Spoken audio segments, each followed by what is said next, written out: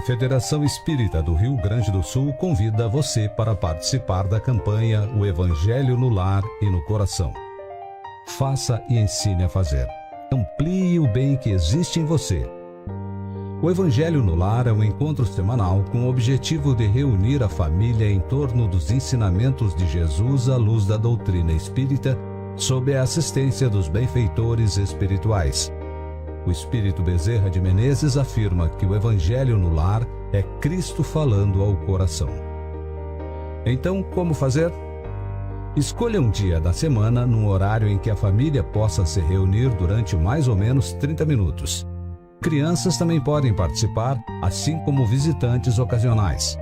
Caso estes visitantes não sejam espíritas, devem ser convidados e esclarecidos sobre a finalidade da reunião. O Evangelho no Lar pode ser realizado por uma só pessoa e o roteiro a ser seguido é o mesmo. É recomendado deixar sobre a mesa uma jarra ou um copo com água para cada integrante, a fim de ser magnetizada pelos benfeitores espirituais. Roteiro para a reunião. Inicie com uma prece simples e espontânea. Faça a leitura do Evangelho segundo o Espiritismo. Comece desde o prefácio, lendo um item ou dois em sequência ou de forma aleatória. Leia em voz alta, de uma forma clara e pausada, mesmo que esteja sozinho, proporcionando um modelo de reflexão para todos os presentes. Comentários sobre o texto lido devem ser breves e contando com a participação dos presentes, deixando claro o ensino moral aplicado às situações do dia a dia. Após, faça preces pelo próprio lar, pelos parentes, amigos e por todos os que estão ligados à família, encarnados e desencarnados.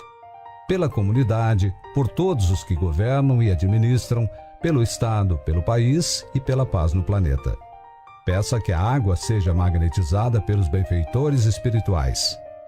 Encerre com prece simples, sincera e espontânea, agradecendo a Deus, Jesus e aos bons espíritos.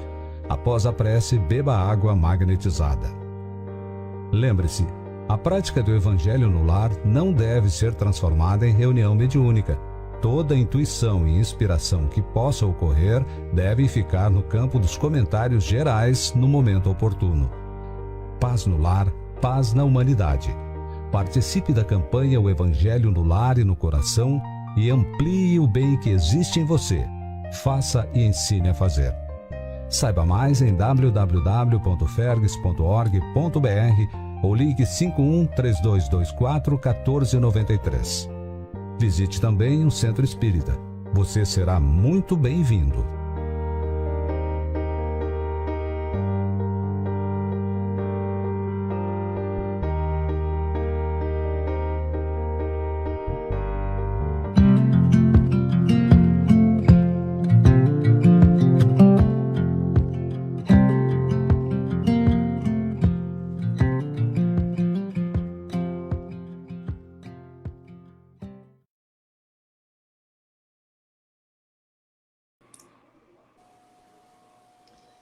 Olá, uma boa noite àqueles que nos estão assistindo pela internet, trabalhadores de nossa casa, frequentadores do Caminho da Luz, nesse nosso mês tão especial, 88 anos da fundação da Sociedade Espírita Caminho da Luz, onde nesse mês, de forma mais próxima, nos ligamos àqueles que nos precederam nessa tarefa.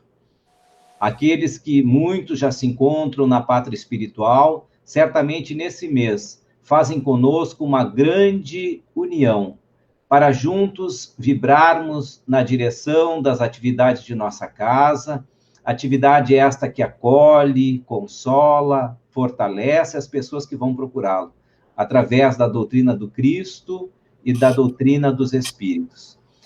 Hoje nós temos a oportunidade de ter conosco o Eduardo Guimarães, do Rio de Janeiro, graças a essas possibilidades da tecnologia. Antes de apresentá-lo, vamos nos preparar para o nosso trabalho da noite. Temos uma leitura aqui da obra Pão Nosso, lição 35, O Cristo Operante.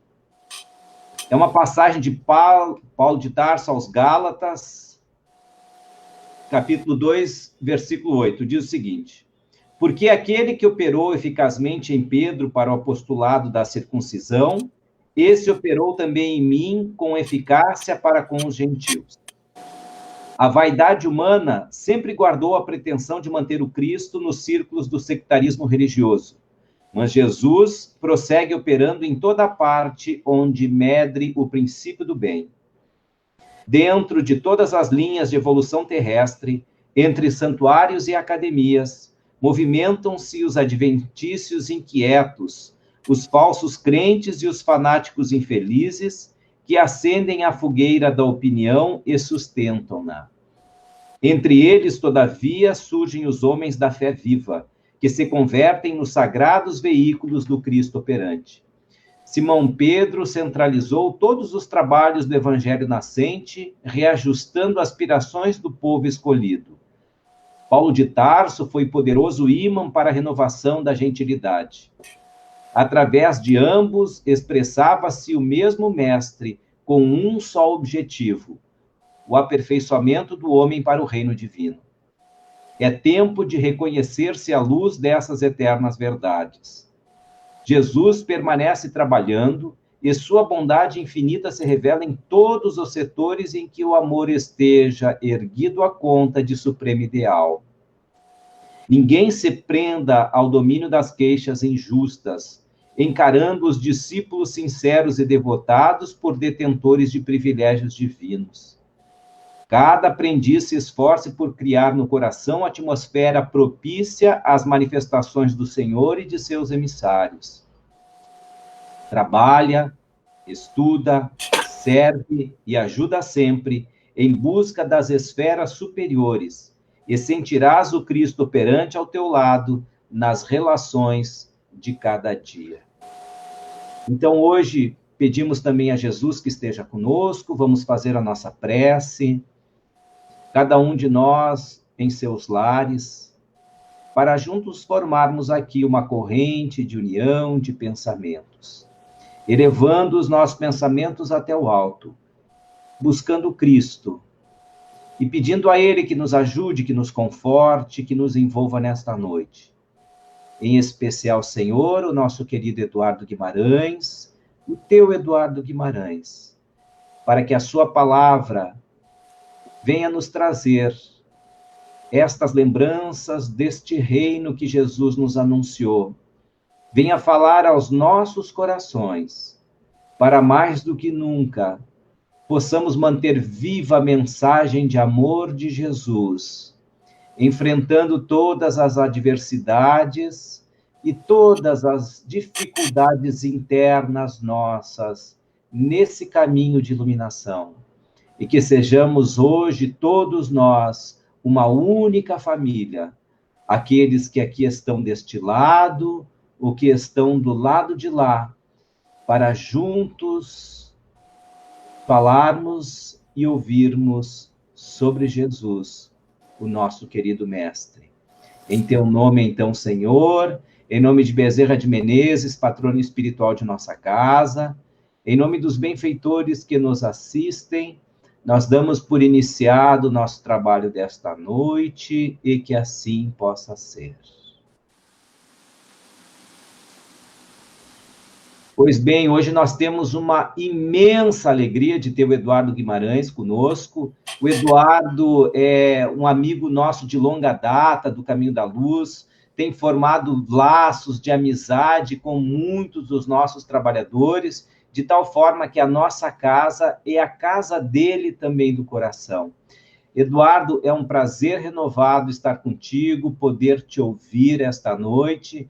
Então, por gentileza, agora o tempo é teu, a palavra é tua e nós vamos te acompanhar com todo o coração. Um bom trabalho, meu irmão. Velocino, querido, eu agradeço a você e aos nossos amigos desta casa dileta, dessa casa que eu aprendi a amar como se fosse uma extensão da minha casa espírita, a casa de Aureliano, aqui em Niterói. Elas são gêmeas na vibração, no tempo de existência, já que ao final, em dezembro, estaremos também comemorando os 88 anos, portanto, as duas casas nascem no ano de 1932. Então, eu estou aqui na condição de um irmão que gosta, um irmão querido, que pretende, nesses próximos minutos, falar aos companheiros, aos meus irmãos do Caminho da Luz, neste mês de aniversário. Que Deus nos abençoe, que tenhamos a oportunidade de, a despeito da distância, mantermos-nos unidos pelos laços do Espírito, que, como sabemos, não tem limite geográfico, não depende de distância, ir além. Então, integrados, unidos, nesse laço da fraternidade, nós vamos, ao longo desses próximos minutos, tecermos considerações e permanecendo a tônica da abertura do trabalho numa referência ao versículo 8º do capítulo 2 da bela e intensa carta que Paulo dirige aos cristãos da região da Galácia, e Emmanuel trazendo-nos essa página memorável. Acredito, queridos, que talvez nesses dias que correm, nesses 4 meses em que nós nos debatemos, nós, o mundo, nos debatemos com essa doença, com essa ameaça, com essa pandemia, talvez mais do que nunca nós tenhamos necessidade de fortalecer nossos vínculos, nossas rogativas, nosso pensamento voltado ao Senhor da vida. Precisamos dele. Nos momentos de euforia, nos momentos de vitória, nos momentos de grandeza, Jesus há de fazer parte sempre da nossa existência. Mas na dor, no sofrimento, na angústia, no medo, na ameaça, não há melhor lenitivo, esperança mais fecunda do que a lembrança, a referência do nosso Senhor da vida. Então, se os meus recursos não faltarem, se as minhas referências não falharem, eu gostaria de discorrer um pouco a respeito dessa história linda, dessa história de um verdadeiro milagre que aconteceu na Terra, que foi a vinda de Jesus, criando um novo mundo, uma nova ordem no planeta. E inicio essas nossas considerações relembrando um dos trechos mais bonitos do Velho Testamento, que se encontra no capítulo 53 do livro de Isaías, um daqueles grandes médiuns, uma das mais poderosas antenas psíquicas do judaísmo, o velho Isaías, 800 anos antes da vinda de Jesus, revelando a sua visão de distância, os seus dotes premonitivos, pintou quase que em detalhe a vinda do Mestre, dizendo-nos: levantar-se-á como um arbusto verde, vivendo na ingratidão de um solo árido, onde não haverá graça nem beleza. Coberto de opróbrios e desprezado dos homens, todos lhe voltarão o rosto. Carregado de ignomínias, não merecerá consideração. É que ele carregará o fardo das nossas faltas, das nossas dores e de nosso sofrimento. Parecerá um homem envergado sob o peso da cólera divina. Humilhado e perseguido, não soltará o mais leve queixume, deixando-se conduzir como um cordeiro ao sacrifício. A sua morte passará como de um ímpio, e o seu túmulo como um de um malvado. Mas desde o dia em que oferecer a sua vida, verá surgir uma nova posteridade, e os interesses de Deus hão de prosperar em suas mãos. É ou não é?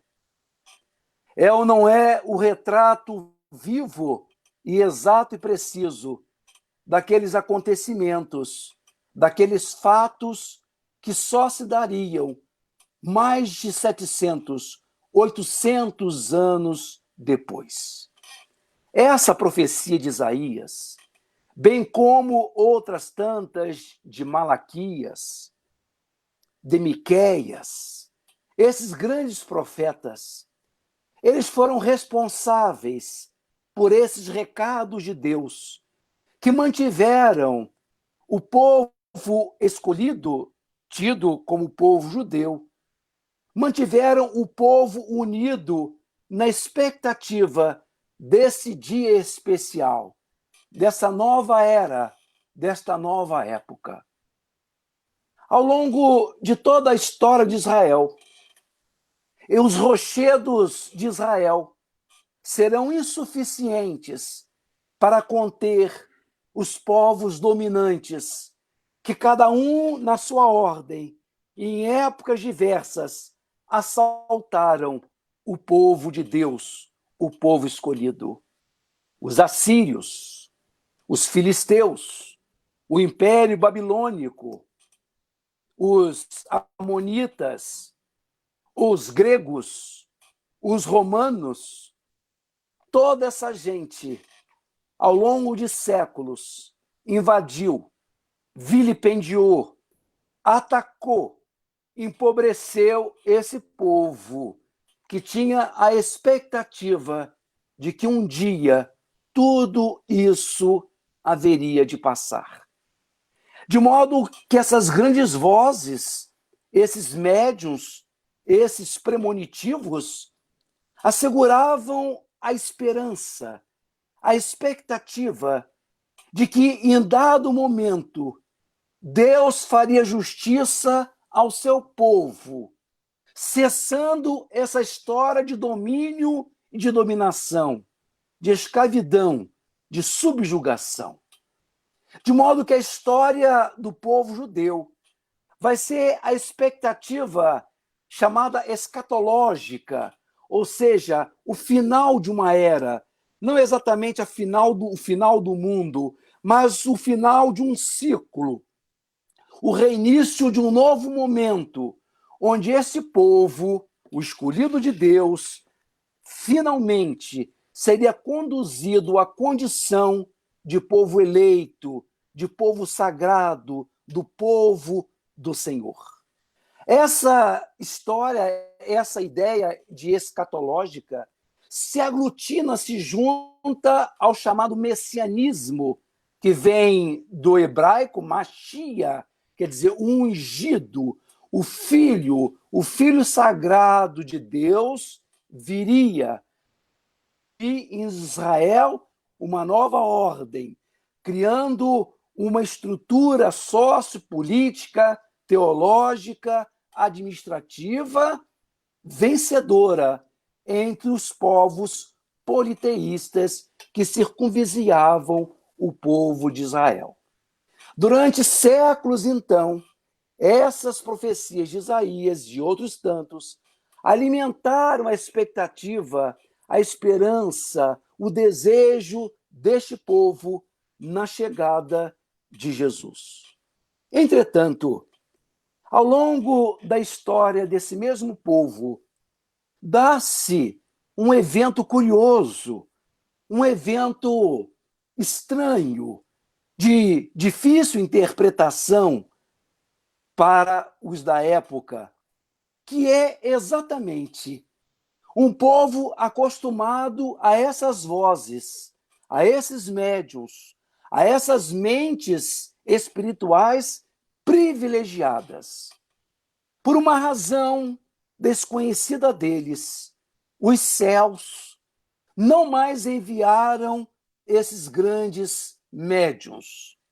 Houve, como que assim eles se referiam, um grande silêncio de Deus. Silêncio esse que dura em torno de 400 a 500 anos. A última profecia fora a de Zacarias, que em 8 visões proféticas haviam previsto a elevação do povo de Deus e a subjugação do povo inimigo de Israel. Mas fazia mais de 400 anos que não surgia um alento, uma voz, um recado, uma mensagem. E o povo sofria, porque era um povo acostumado a essas mensagens, a essas informações. Então vamos ver o povo recitar, lembrar os salmos, e como numa súplica dirigida aos céus, dirá: Senhor, por que o silêncio? Por que esquecestes a misericórdia para com seu povo? Onde estão, Senhor, as promessas que fizestes a Davi? Esses grandes silêncios. Os nossos inimigos nolos atiram ao rosto. Já não há profetas. E dentre nós, ninguém sabe até quando. Os estudiosos do Novo Testamento chamam esse período de silêncio período intertestamentário, que é exatamente o período que vai do Velho Testamento ao Novo Testamento. O Velho termina com os últimos versos de Malaquias, e esse período reinicia-se com os primeiros versículos de Mateus. Esse período intertestamentário é um período, portanto, que coincide do silêncio de Deus, em que não enviava profetas, gerando grande angústia para o seu povo santo. Os últimos versículos de Malaquias, há insinuações muito interessantes, quando lá no finalzinho do livro, assim está escrito: e eu mandarei aquele que há de vir na minha frente para preparar-me os caminhos. Havia, portanto, a expectativa da chegada de um precursor, de um que viria antes do Machia, do Messias, do Cristo, do ungido, do Filho Santo do Senhor. Mas eram mais de 400 anos. Haja esperança, haja expectativa, haja fé. Afinal, teria Deus silenciado? Teria o Altíssimo abandonado o seu povo? Teria ele desistido de realizar e concretizar seus planos para esse povo? À luz da história, meus amigos, nós hoje, com a visão de conjunto distante, podemos entender que Deus não silenciou. Era necessário, não obstante, preparar a terra para a chegada de Jesus. Ao longo desses 400 anos, vão ocorrer fenômenos históricos, geográficos, de grande importância, de grande monta, para a chegada, para a missão de Jesus. Nesses 400 anos, em que Deus pareceu silenciar, em que o povo só tinha aqueles últimos versículos de Malaquias, Deus estava preparando a terra através dos seus estranhos caminhos, porque estranhos são os caminhos do Senhor, já nos diz o salmista. 300 anos antes de Cristo, Israel, invadido pelas tropas de Alexandre o Grande, o filho de Filipe, que estabelece no reino da Palestina a influência grega, a cultura grega e principalmente a língua grega. Vai acontecer um fenômeno que chamam de helenismo, que é a junção, a união, o híbrido da cultura helênica, da língua grega, com o hebraico, com o aramaico e com os valores gregos. De modo que isso acontece 300 anos antes da vinda de Jesus. E isso se mostra uma preparação, porque o grego, trazido pelas tropas de Alexandre, será a língua do evangelho. Será no grego que os primeiros versículos dos nossos evangelistas, as cartas de Paulo, as cartas dos primeiros cristãos, será no grego que todo esse documento será escrito. E através de uma língua que uniu todo o Mediterrâneo, todo o mundo, ou boa parte do mundo conhecido, o Evangelho de Jesus. Será ele levado de porto em porto, de cidade em cidade, de estrada em estrada, porque a semelhança do que ocorre com o inglês dos dias de hoje, o grego era a língua da antiguidade, e isso foi fundamental para que tenhamos hoje o Evangelho de Jesus. Além da invasão grega, Deus mostra que não estava dormindo, porque 63 a.C., as tropas de Pompeu, ordenado pelo imperador, invade a Palestina. A essa época, o Império Grego já havia sido deslocado e vai estabelecer o maior império de todos os tempos, que é o Império Romano, que, embora tenha sua função dominante, embora tenha trazido algum sofrimento para os povos dominados, o Império Romano será também importantíssimo para a expansão do cristianismo, porque enquanto não havia essa unificação em torno dos comandos do Império Romano, o mundo do Mediterrâneo era esfacelado em várias tribos, em várias hordas, em vários movimentos separados, e ainda que seja à força, o Império Romano vai unificar todo o Ocidente, toda parte do Oriente, e vai então criar estradas. As estradas pelas quais Paulo haverá de cruzar o mundo, do Oriente para o Ocidente, trazendo para a Europa, ou levando para a Europa, o Evangelho de Jesus. As estradas passarão a ser mais tranquilas.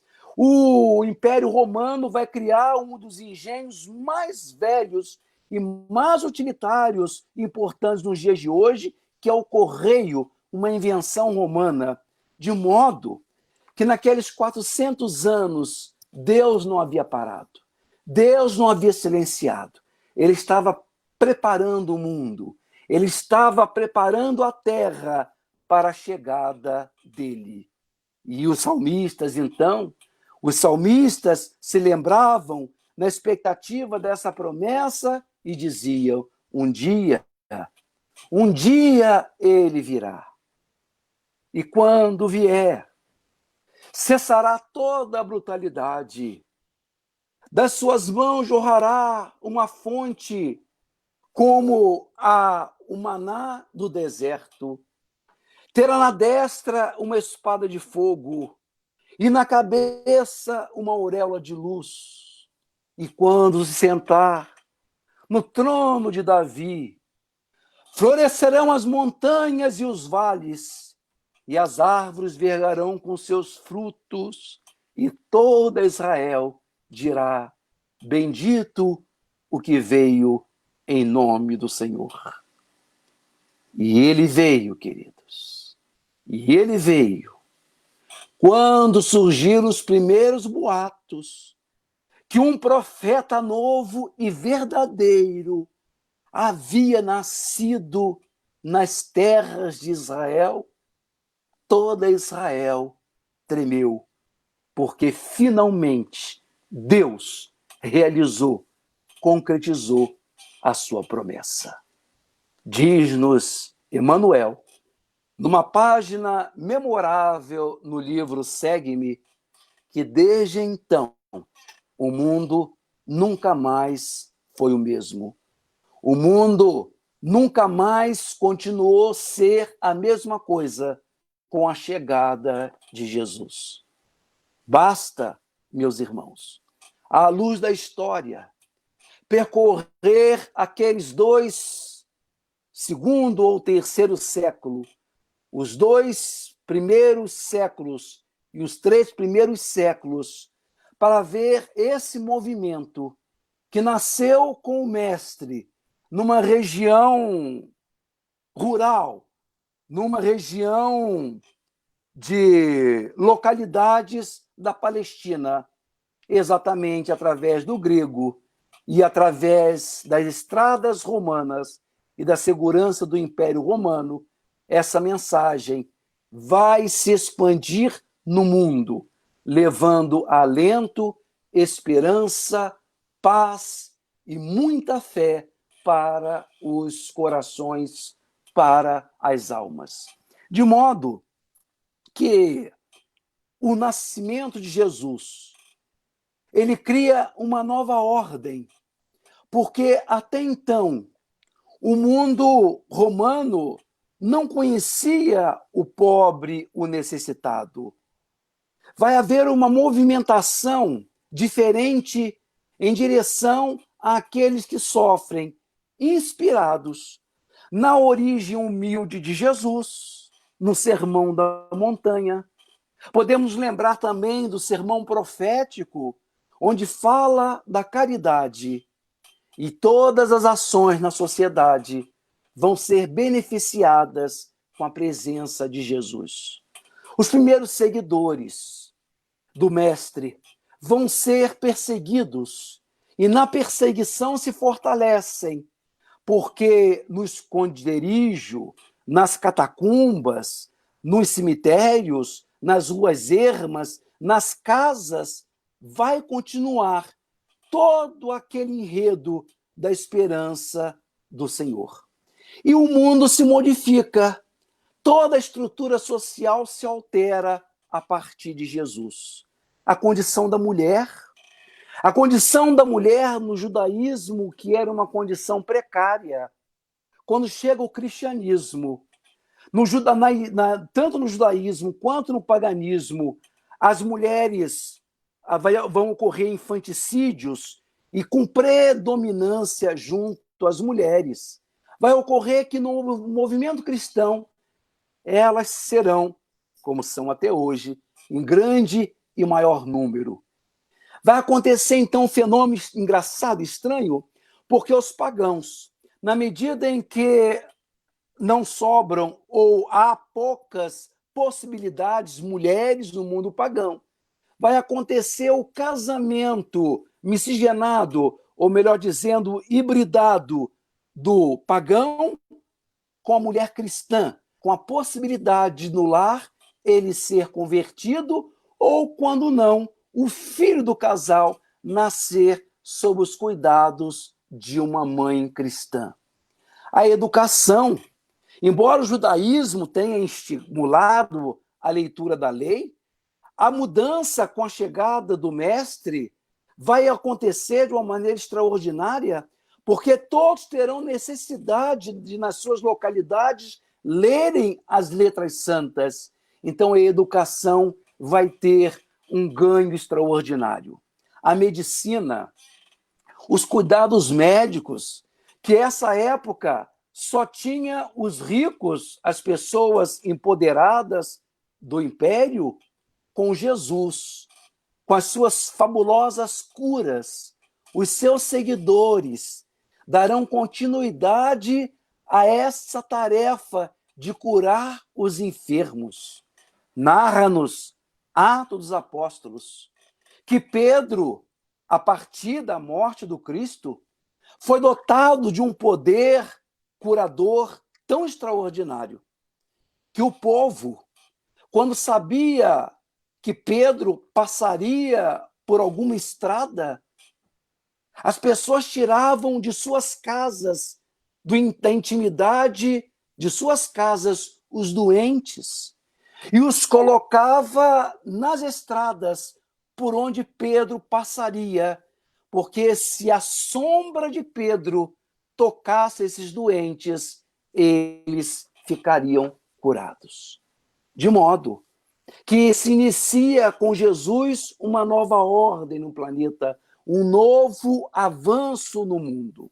Há um historiador que eu gosto muito, sendo um clássico, embora hoje em dia não seja a principal obra, mas Eduardo Gibbon, que escreveu O Declínio do Império Romano, ele tenta explicar por que é que essa seita, perseguida durante tantos séculos, ela viceja, ela vigora.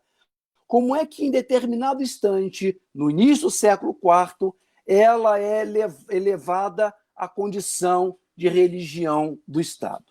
Gibbon, então, aponta como causas a fidelidade cristã, a fidelidade às Escrituras, o apego, o amor, a adesão às Escrituras.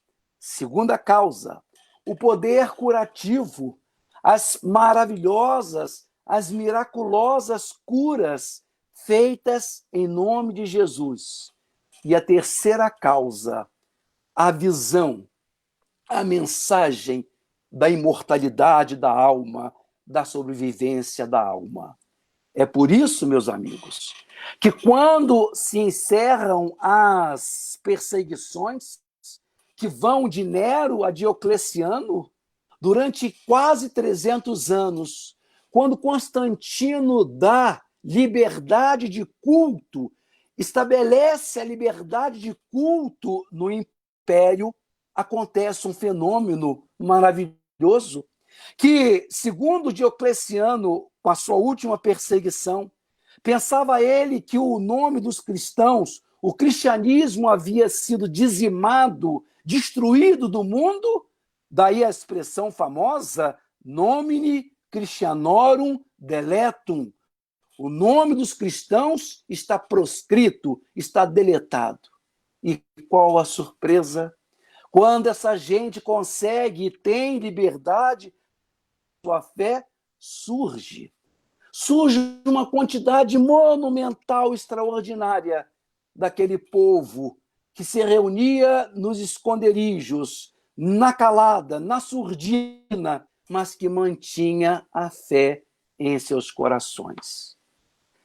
Não obstante, a despeito de todos os óbices, de todas as perseguições, o evangelho de Jesus vai prosperar, porque a dona de casa no seu lar, o carcereiro na prisão, o vendedor ambulante nas suas viagens, o povo, meus amigos, de um modo geral, vai cantar com o coração as expectativas de um mundo novo, de um mundo diferente, anunciado pelo Senhor. Vão ocorrer, nesses tempos primitivos, nesses tempos idos do cristianismo, duas pestes que nós poderíamos bem equivaler ao que acontece hoje no nosso mundo com a Covid-19. Vai ocorrer uma peste chamada peste antonina, que vai ali do ano de 165 a 190, em que já ali se caracterizou o que era aquela gente seguidora de Jesus. Um povo estranho, um povo que tinha crenças diferentes, um povo até tido como um pouco antissocial, pois esse povo estava a fazer coisas que mudaria a face do planeta. Porque enquanto os ricos, os poderosos, ou aqueles que detinham o poder durante a pandemia de Antonina, vão fugir para as cidades, para a Óstia, para os locais distantes de Roma, serão os cristãos, que, inspirados no Cristo, vão ao encontro dos sofredores, dos mortos. Evidentemente, numa época em que não havia regras sanitárias, havia uma ignorância absoluta, mas o que há de se ressaltar é esse amor, é essa entrega, é essa compaixão que vai caracterizar o movimento cristão para com os doentes durante a peste antonina. Outra peste que ficará célebre, a peste de Cipriano, que ocorre ali em meados do século III, conhecida porque, segundo alguns, matava por dia 5.000 pessoas. E vamos ver as unidades cristãs, não as igrejas, não ainda as instituições organizadas, porque o cristianismo está sob perseguição. Mas vai acontecer nesses ambientes o acolhimento desses que estavam enfermos, contaminados por essas bactérias, por esses vírus, por esses micro-organismos. E depois em que o cristianismo é libertado, surge o primeiro leprosário com o grande Gregório de Nissa, que, em nome de Jesus, entende que os leprosos não poderiam ficar à deriva. É isso, meus amigos. O mundo ficou diferente. O mundo não foi o mesmo depois da chegada de Jesus, segundo um plano de natureza espiritual. E eis que, passados vários séculos, mais de milênios, eis que Deus mostra novamente que não estava dormindo durante todo o período enegrecido da Idade Média, em que a fé foi compuscada, em que a Jesus foi deixado de lado, em que os interesses humanos começaram a prosperar em detrimento do Evangelho. Mas a semelhança do que tinha feito o Senhor, ao longo daqueles 400 anos, eis que o Senhor da vida também vinha trabalhando a sociedade para a chegada da terceira revelação do Espiritismo. Se formos à Revista Espírita de agosto de 1858, como também a de dezembro de 1863, vamos ver Kardec dizendo textualmente que aquela era a época para a chegada do Espiritismo. Vários fatores, vários elementos, vários ingredientes, de novo, sócio, político, econômicos, científicos, entraram em jogo para o adeobar, para o início, para a inauguração de uma nova doutrina, a doutrina espírita. Então, há um preparo no campo da filosofia, as descobertas dos processos experimentais, dos quais Allan Kardec se valeria para edificar a fé raciocinada em bases de experimento, as ideias culturais, a ciência, o desenvolvimento, portanto, a revolução industrial, tudo isso serão fatores que vão se somar para que haja um novo galeio, um novo momento, um novo instante na sociedade, no mundo. Era a hora de Deus se fazer presente de novo. Daí que, no mundo espiritual, vários espíritos se comprometem. Os sábios do passado e do presente, eles se enfileiram em torno do Cristo e assumem a responsabilidade de monitorar, de organizar, de orientar, de dizer, de revelar os segredos dos céus. Mas se fossem só os espíritos, nós não teríamos a revelação espírita. Então, outro grupo de entidades agora assumem o compromisso de nascerem como médiuns, como pessoas que seriam perseguidas, discriminadas, olhadas de soslaio. Essas pessoas aceitam a missão e nasce uma quantidade extraordinária que o codificador vai bem chamar a atenção para aquele momento único, extraordinário que se revelou no mundo com essa profusão de médiuns e de espíritos.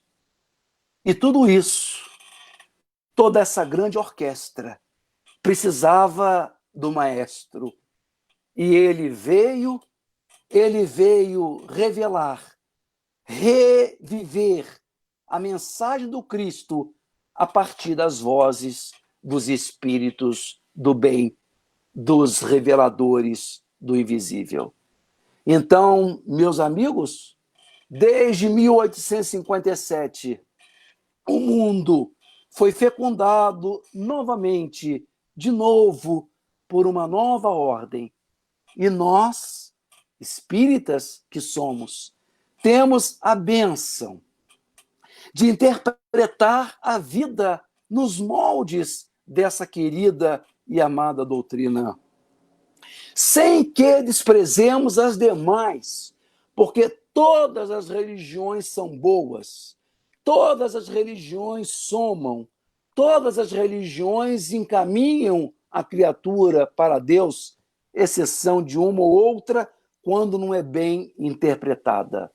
Mas para nós, a doutrina espírita é o grande facho de luz, é a grande oportunidade que nós estamos tendo de reviver o Evangelho do Senhor a partir dessa revelação nova, desse entendimento novo.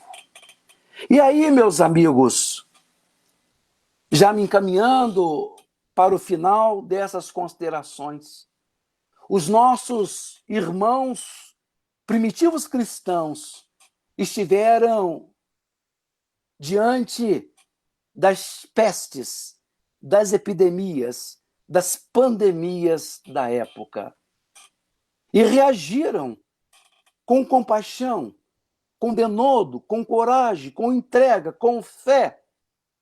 E nós, nesses dias em que o mundo sofre, em que as pessoas estão amedrontadas, em que nós mesmos, diante da imprevisão ou imprevisibilidade de qual o tamanho do estrago que esse vírus, uma vez entrando no nosso organismo, poderá render, poderá gerar, nós temos desafios nos dias de hoje também. Nós, espíritas, temos o compromisso de entender as perguntas desse momento, os desafios desses dias, esses dias em que muita gente morre, em que muita gente perde o emprego, muita gente tem uma queda descomunal de renda nesses dias de tristeza, nesses dias de aflição. Qual é a ordem? O que nós podemos fazer? Não exatamente como os cristãos que desconheciam os processos de contágio, mas o que nós podemos fazer nesse momento de dificuldade, se não, quem sabe, despertar em nós o sentimento de solidariedade.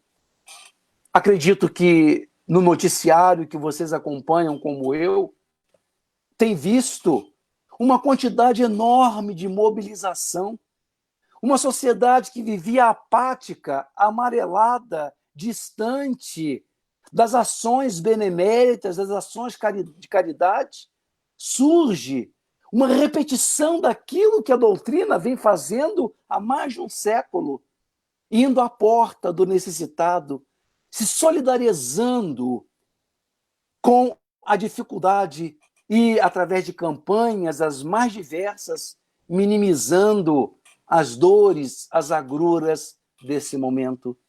Então, a mensagem é de solidariedade, mas não só solidariedade, é também empatia. Temos de lutar para não anestesiar nossas emoções, para não banalizar o sofrimento alheio, para não cairmos na indiferença para com a dor alheia. E aqui eu divido com vocês uma cena que está comigo, já tem uns 2 meses, um noticiário falava de um hospital aqui no Rio de Janeiro e focalizou uma mãe, uma jovem mãe, sentada na calçada de frente para o hospital, onde o seu filhinho havia morrido de Covid-19. E ela sentada ali na calçada. Essa cena me marcou profundamente, porque era uma mãe muito jovem, e ela, chorando copiosamente, batia nas palmas das mãos e dizia para si: por quê? Por quê? Por quê? Então, empatia. Empatia para com o sofrimento alheio. Nesses momentos, estamos sendo convidados também à fé, à manutenção da fé, a certeza de que o mundo não está entregue, de que há um propósito, há um desideratum, há um objetivo, há um desejo de Deus conosco, assim como os antigos judeus, que se inspiravam nas profecias dos grandes profetas. Nós também esperamos que esse momento há de passar, trazendo para todos nós ensinamento e grandeza de espírito. Então, a fé, meus amigos, a fé, meus amigos do Casa do Caminho, é o momento, é o chamamento, é a mensagem desse momento. E agora, finalizando o nosso encontro, esse que eu trago um relato de fé. E esse não é nem colhido no cristianismo, mas é no judaísmo, a pátria de Jesus, de onde o mestre veio e que mostra que não poderia ser diferente.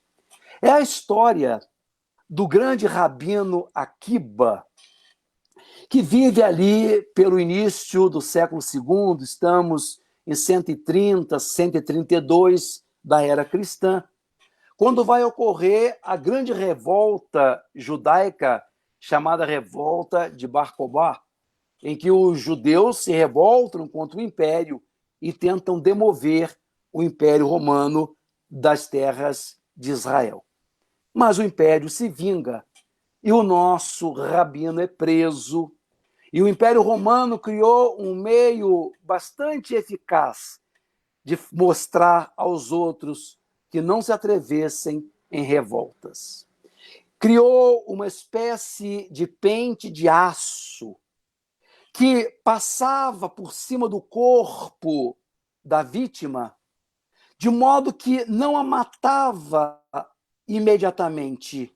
O pente ia aprofundando nas carnes, nas vísceras, no corpo da vítima, e ela sangrava por várias horas diante daquela sevícia, daquela tortura conduzida por esse engenho do mal.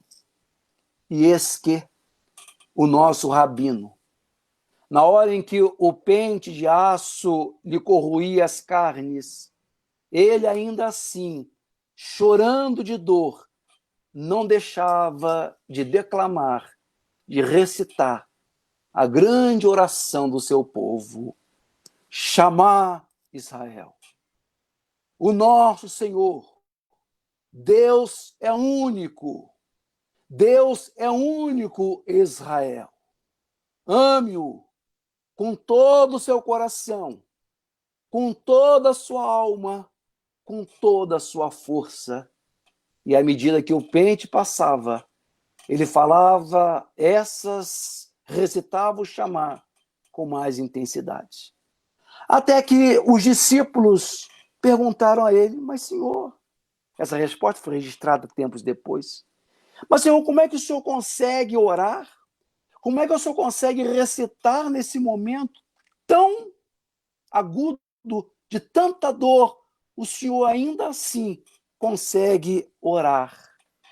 E ele explica dizendo que durante toda a sua vida de rabino, quando declamava, chamar Israel, ouve Israel, o vosso Deus é único, ame-o com toda a vossa força, com todo o seu coração, com toda a vossa alma. Ele perguntava a si o que queria dizer exatamente esses versos. E se ele teria oportunidade de algum dia falá-los com toda a intensidade do seu coração.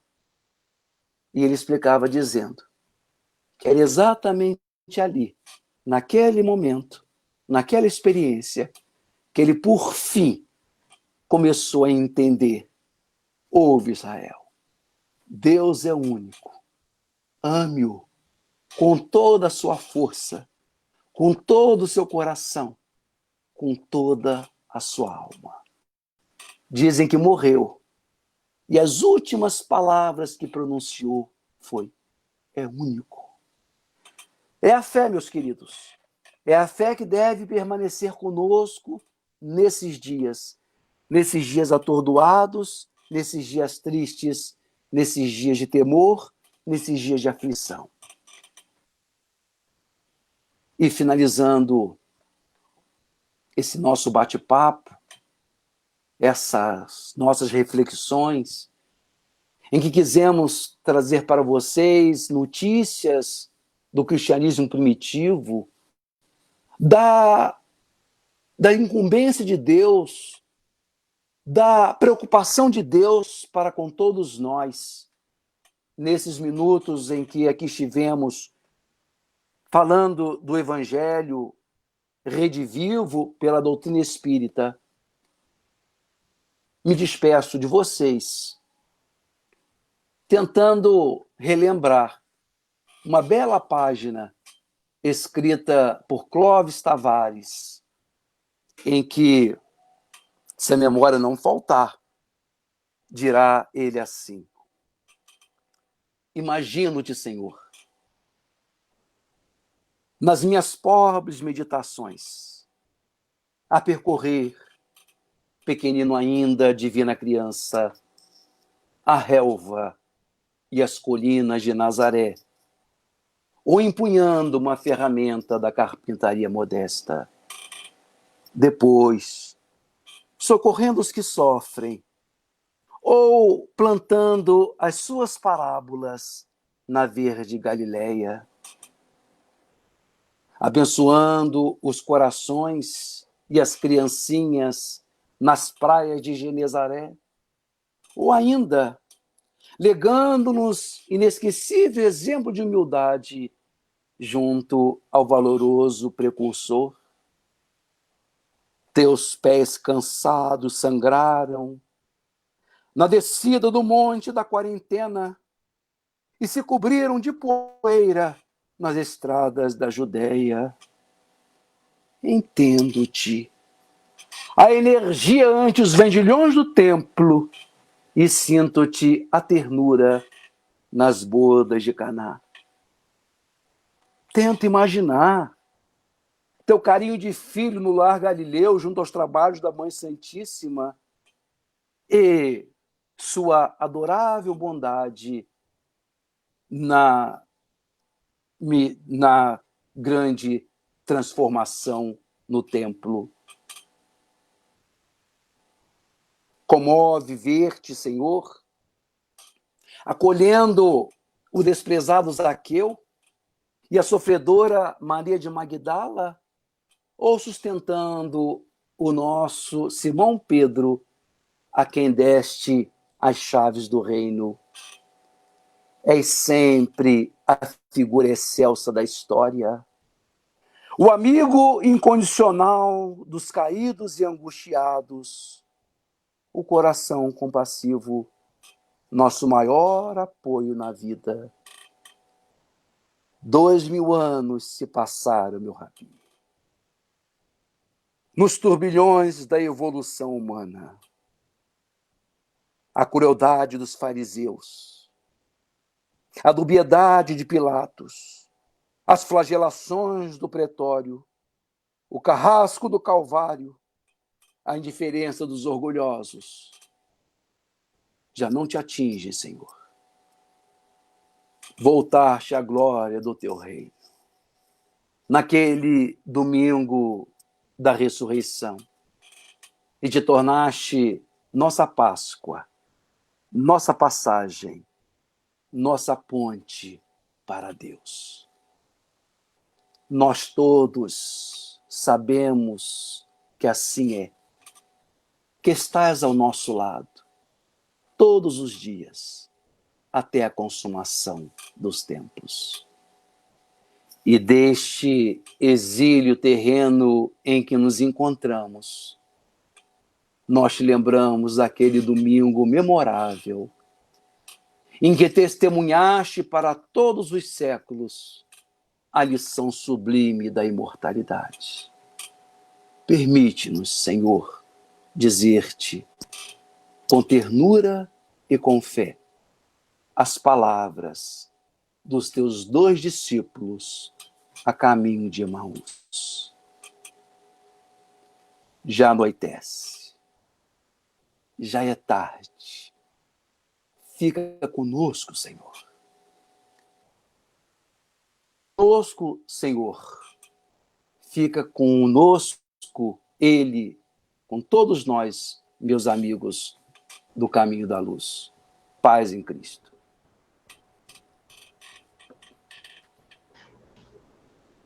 Pois bem, todos nós ainda estamos envolvidos por esta vibração amorosa que o Eduardo foi nos conduzindo, passando pelos tempos do Cristo, a anunciação do Mestre pelos profetas, o exemplo que ele deixa à humanidade, ao trabalho da codificação. Foram momentos de muita alegria para as nossas almas. O Caminho da Luz está de aniversário, mas irmãos queridos como Eduardo é que vem nos trazer esse grande presente para todos nós. Queremos te agradecer, meu amado, pelo teu carinho, pela tua dedicação, pelas tuas horas de estudos que ofereceste a nós agora. Muito obrigado. Que Jesus te tenha em grande conta, assim como nós te temos em nossos corações. Vamos então, meus queridos, depois de cada um de nós termos aberto a sua alma para revivecer esses ensinamentos de Jesus, para orarmos ao Cristo com todas as nossas forças, pedindo a Ele que ampare, Senhor, a nossa humanidade, nesse momento em que passamos pelas provas necessárias. Que nós possamos cada vez mais nos abrir e nos sensibilizar com a dor de todos, com o sofrimento de todos.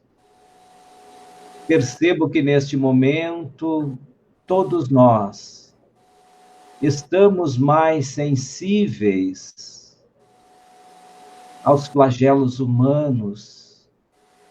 Quantas vezes nos pegamos em nossa casa, deixando algumas lágrimas rolarem nos nossos rostos, porque a notícia de um irmão que sofre nos atinge, mas que esse sentimento possa se converter na verdadeira lição da vida, que é o exercício do amor efetivo, a caridade onde for possível. Estendamos as nossas orações a todos os lares nesta hora, que estão conosco, que nos ouvem, para que este amor do Cristo não falte a nenhum de nós. Tenhamos força, como vimos na palestra. Fé, meus queridos. Deus está sempre conosco. Tudo passa. E em teu nome, Senhor, em nome dos benfeitores amoráveis de nossa casa, em que nesse mês completamos 88 anos de existência, o nosso muito obrigado. Obrigado ao Dr. Bezerra de Menezes, nosso querido patrono, que nos encaminha ao trabalho de divulgação da doutrina e de exercício do bem, e a tantos outros que de forma anônima cooperam 24 horas por dia. Muito obrigado, e o nosso carinho também muito especial ao Eduardo, que esteve conosco, abrilhantando e iluminando esta nossa noite deste mês de aniversário da casa. Muito obrigado, Senhor. Obrigado, Eduardo. Obrigado, e que assim possa ser. Assim seja.